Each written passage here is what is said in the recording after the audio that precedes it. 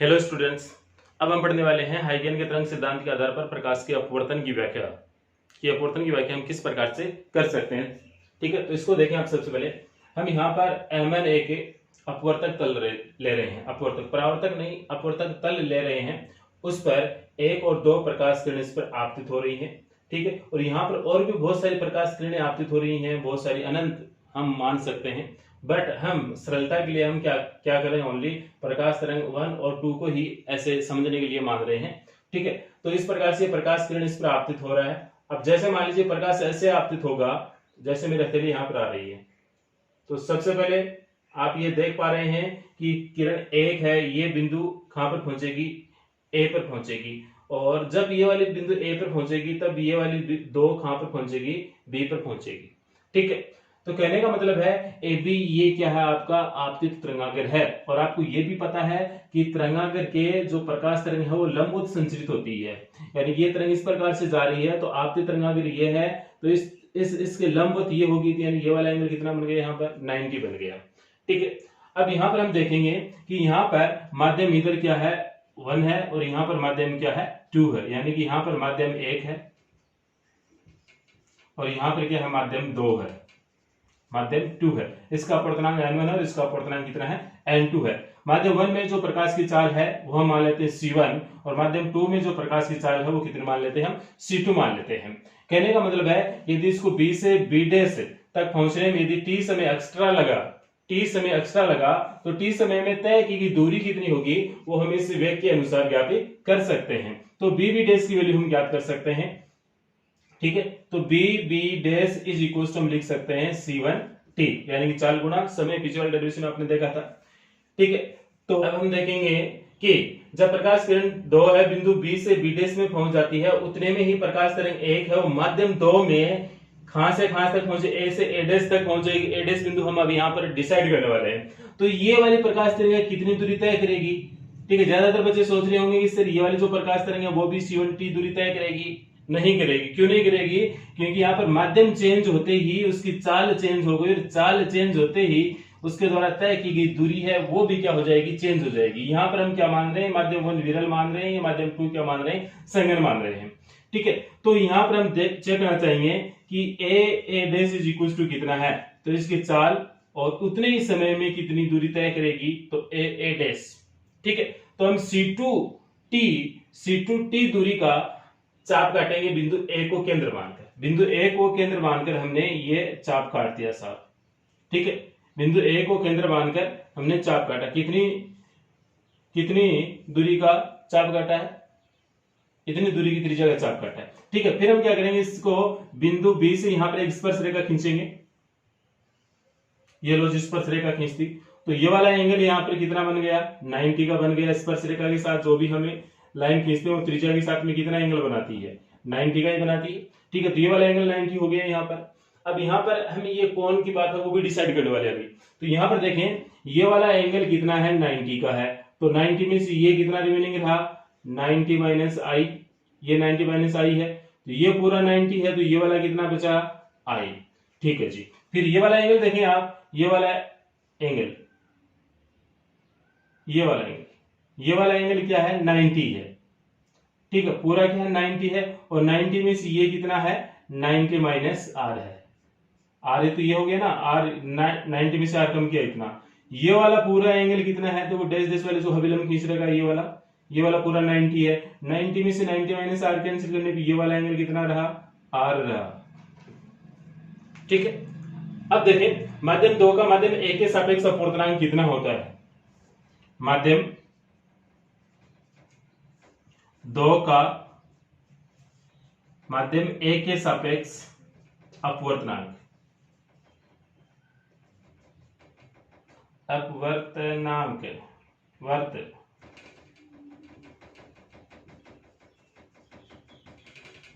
अपवर्तनांक वो हम लिखेंगे n21। तो n21 इज इक्वल टू क्या होता है, n2 अपॉन n1 होता है। ठीक है, परंतु हम जानते हैं पहले से ही कि n1 इज इक्वल टू क्या होगा, c upon c1, n2 is equal to क्या होगा, c अपॉन c2। ठीक है, n2 और n1 की वैल्यू यहां पर रख दीजिए, आता है n21 is equal to C upon C two upon C one, C से सी कैंसिल, C1 घूम के ऊपर C2 नीचे, तो N21 इज इक्वल टू कितना हो गया हमारे पास में C1 अपॉन C2। इक्वेशन 1 डाल दीजिए इसको। ठीक है, ये हमने पहले ही अपवर्तनांक के बारे में जो पढ़ा था तब आपने इसके बारे में डिस्कशन किया था। चलें अब देखें नेक्स्ट। अब आपको एक यहाँ पे ट्राइंगल देखना है ये वाला और एक ट्राइंगल देखना है ये वाला। तो मैं पहले लिख रहा हूं त्रिभुज ए बी बी डैश से, त्रिभुज ए बी बी डैश से यदि यहाँ पर हम साइन का सूत्र लगाएं तो एंगल क्या है यहाँ पर आई है, तो sine i, sine theta is equal to क्या होता है लंब बटा करण। ठीक है, तो ये वाला एंगल 90 है, 90 के सामने वाला तो हो गया करण। ठीक है, और जिधर कौन बन रहा है ये वाला क्या हो गया आधार, तो लंब क्या होगा बी बी डैश, तो बी बी डैश अपॉन करण क्या है ए बी डैश, तो ये A B dash, B B dash की वैल्यू रख दीजिए, बी बी डैश की वैल्यू कितनी है C1t, तो ये हो गया sine I is equal to C1t upon A B dash. Equation डाल दीजिए इसको 2। फिर आपको नीचे वाला ट्रायंगल देखना है ए, इसको मैं नाम दे रहा हूं ए डैश दे रहा हूं। ठीक है, ए डैश बी डैश से, तो त्रिभुज ए डैश बी डैश से, तो इससे भी यदि हम साइन वाला फॉर्मूला लगाना चाहें तो यहाँ पर एंगल क्या है आई की जगह एंगल क्या है आर है, तो sine R is equal to क्या हो जाएगा। ठीक है, ये वाला एंगल क्या 90 है, तो 90 के सामने वाला तो करण हो गया और इस कोण के सामने वाला क्या हो गया लंब हो गया, तो ए डैश अपॉन ए बी, यानी कि ए डैश अपॉन क्या है ए बी डैश, और ए डैश की वैल्यू कितनी है C2t। ठीक है, तो ये हो गया sine R is equal to C2t upon A B dash. Equation 3। हमें क्या चाहिए, हमें तो स्नेल का नियम प्राप्त करना है, sine I upon sine R प्राप्त करना है। ठीक है, क्योंकि हम अपवर्तन के बारे में पढ़ रहे हैं और अपवर्तन में क्या होता है स्नेल का नियम होता है। ठीक है, तो यहां पर देखें समीकरण 2 में 3 का भाग देने पर, समीकरण 2 में 3 का भाग देने पर, ठीक है, तो देने पर क्या हो गया sine I upon sine R is equal to, इसको पहले लिख रहा हूं मैं C1t अपॉन क्या है ए बी डैश अपॉन ये क्या है C2t और अपॉन में क्या है A B dash, A B dash से ए बी डैश कैंसिल हो गया, t से t कैंसिल हो गया, तो ये बचा sine I upon sine R is equal to C1 upon C2, but C1 upon C2 is equal to क्या है N21 है। ठीक है, तो समीकरण 1 से क्या लिख सकते हैं sine I upon sine R की वैल्यू क्या हो जाएगी C1 अपॉन C2 की वैल्यू रख दीजिए N21, तो N21। ठीक है, तो यही क्या है स्नेल का नियम है, यही स्नेल का नियम है, सिंपल। ठीक है, तो ये तो क्या हो गया एक नियम हो गया, प्रकाश के अपवर्तन का पहला नियम हो गया कि आपतित क्या हो गया कि आपतन कोण की ज्या और अपवर्तन कोण की ज्या का अनुपात नियत रहता है या उस माध्यम के अपवर्तनांक के सापेक्ष इस प्रकार से संबंध स्थापित करता है। ठीक है, तो पहला नियम तो शो हो गया यहाँ पर। दूसरा नियम क्या शो करना है वो तो सिंपल है, एडी क्या आपका आपतित प्रकाश आपतित तरंगाग्र है और ए डैश बी डैश क्या है परावर्तित तरंगाग्र है, तो आपतित तरंगाग्र ये आपका परावर्तित तरंगाग्र और ये आपकी जो अभिलंब है वो तीनों क्या है एक ही समतल पर है, यानी कि हमें समतल पर ही क्या है स्थित है। ठीक है, तो इस प्रकार से हम हाइगेन के तरंग सिद्धांत के आधार पर हम प्रकाश के अपवर्तन की व्याख्या कर सकते हैं। ठीक है, इति सिद्धम, इस प्रकार से। इसके बाद हमें यहाँ पर एक दो जानकारी और लेनी है। यदि हम ये मान लें कि माध्यम 1 में प्रकाश तरंग है, माध्यम 1 में प्रकाश तरंग का तरंगदैर्ध्य λ1 मान लें, और माध्यम 2 में प्रकाश तरंग का तरंगदैर्ध्य कितना मान ले λ2 मान ले, इसमें λ1 मान ले और इसमें कितना मान ले λ2 मान ले। ठीक है, तो इस कंडीशन में क्या हो जाएगा वो देखें। उस कंडीशन हम ये मान सकते हैं कि जो दूरी है, दूरी तो क्या है λ है, एक तरीके से दूरी है वही तो क्या है एक तरीके से λ है। ठीक है, तो यहां पर देखें ये वाली दूरी बी बी डैश है, तो B B dash is equal to हम मान सकते हैं बी बी डैश माध्यम 1 में है, माध्यम 1 में जो डिस्टेंस है उसको हम कैलकुलेट कर रहे हैं λ1। ठीक है, तो ये λ1, तो λ1 इज इक्वल टू क्या वैल्यू हो गई C1t। इसी प्रकार से माध्यम 2 के लिए ये वाली डिस्टेंस है, इसके लिए हम यदि ये वाली डिस्टेंस ये से मान लें A dash is equal to lambda two मान लें तो लैम्बडा 2 की वैल्यू कितनी हो गई C2T। ठीक है, अब इन दोनों को यदि हम डिवाइड करना चाहें तो ये हो गया C1T upon C2T is equal to lambda 1 upon lambda 2, यानी कि lambda 1 upon lambda 2 is equal to क्या हो गया C1 अपॉन C2। ठीक है, ये वाला संबंध यहां से निकल कर आया। अब यहां पर ये वाला संबंध देखें C1 अपॉन C2, ठीक है, या फिर इसकी तुलना इससे करें। ठीक है, तो समीकरण 1 से करें हम तुलना इसकी समीकरण 1 से, तो समीकरण 1 से क्या लिख सकते हैं हम N21 इज इक्वल टू क्या होता है N2 अपॉन N1 होता है। ठीक है, तो इसको मैं नीचे लिख रहा हूं, शायद आपको आगे इधर नहीं दिख रहा होगा।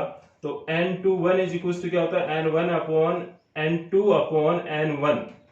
ठीक है, तो इसकी वैल्यू क्या है C1 अपॉन C2 के बराबर है, और C1 अपॉन C2 की वैल्यू किसके बराबर है लैम्बडा 1 अपॉन लैम्बडा 2 के बराबर है।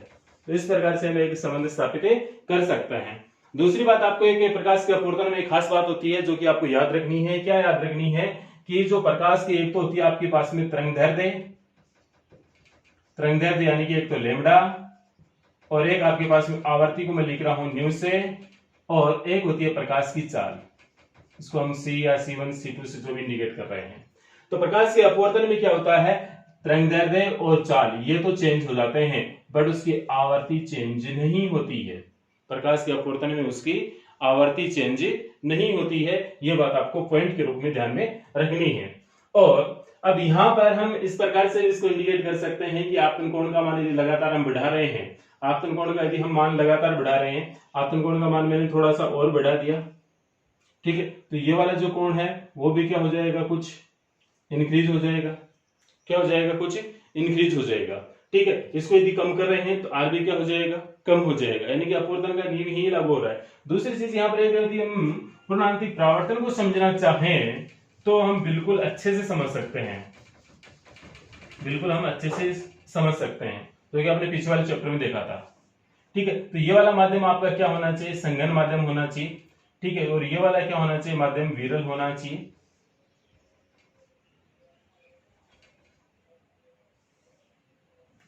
इसके समांतर है भाई।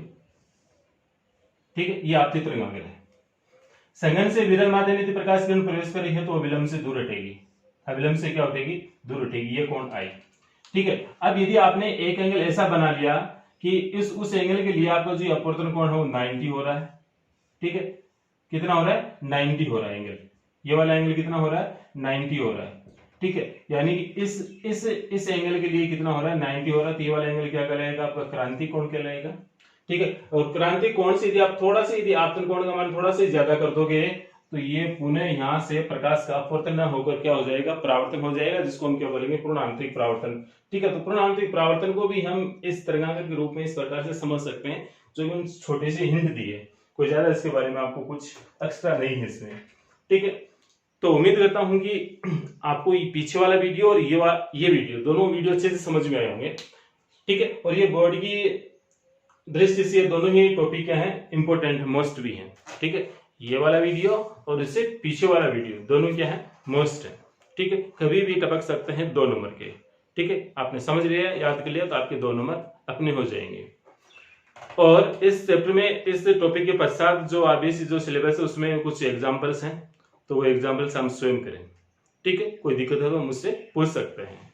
और फिलहाल इस वीडियो में इतना ही, और वीडियो देखने के लिए थैंक यू।